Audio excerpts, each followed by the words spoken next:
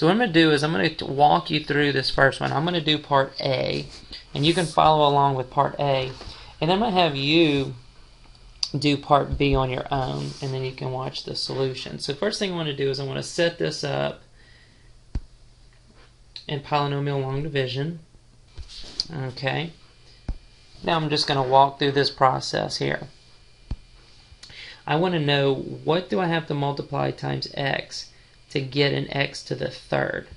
I know that I'm going to need an x squared. Now here's the thing, if you recall back to our long division, when we wanted to find out how many times 25 would go into 30, we said one time, we put that right over the 0 and the 30 so that the 25 and the 30 would match up.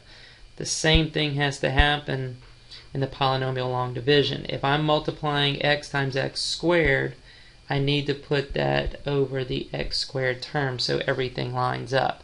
So now what I'm doing is I'm distributing this. So technically this is x squared times x plus 2, which is going to give me x to the third plus 2x squared. Now, that's going to go right under here. It's going to go x to the third plus 2x squared, and we'll put a line underneath that.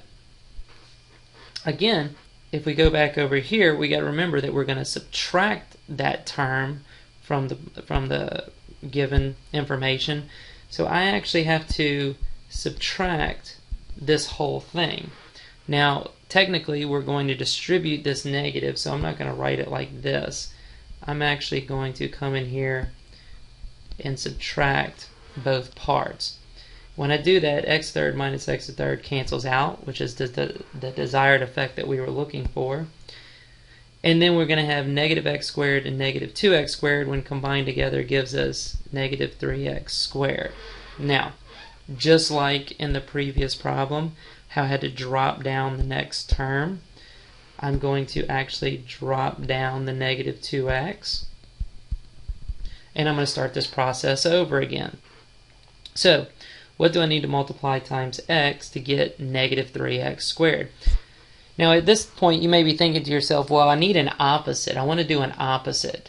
But really, since we want to subtract the whole thing, we're going to get an opposite by subtracting it. So I really want to find out what I need to multiply to get exactly negative 3x squared. So I'm going to multiply this times negative 3x. So negative 3x times x is negative 3x squared. Negative 3x times 2 is negative 6x.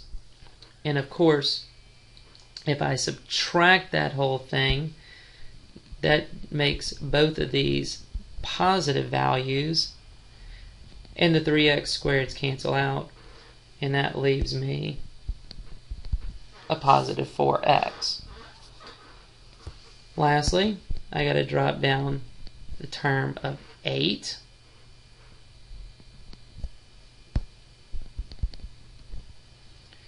And then I need to decide, what do I need to multiply times 4 to get 4x?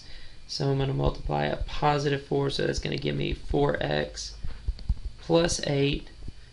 And then we're going to distribute a negative, and that's going to leave me with a remainder of 0. So in this particular problem, the answer is going to be x squared minus 3x plus 4, and we have a remainder of 0.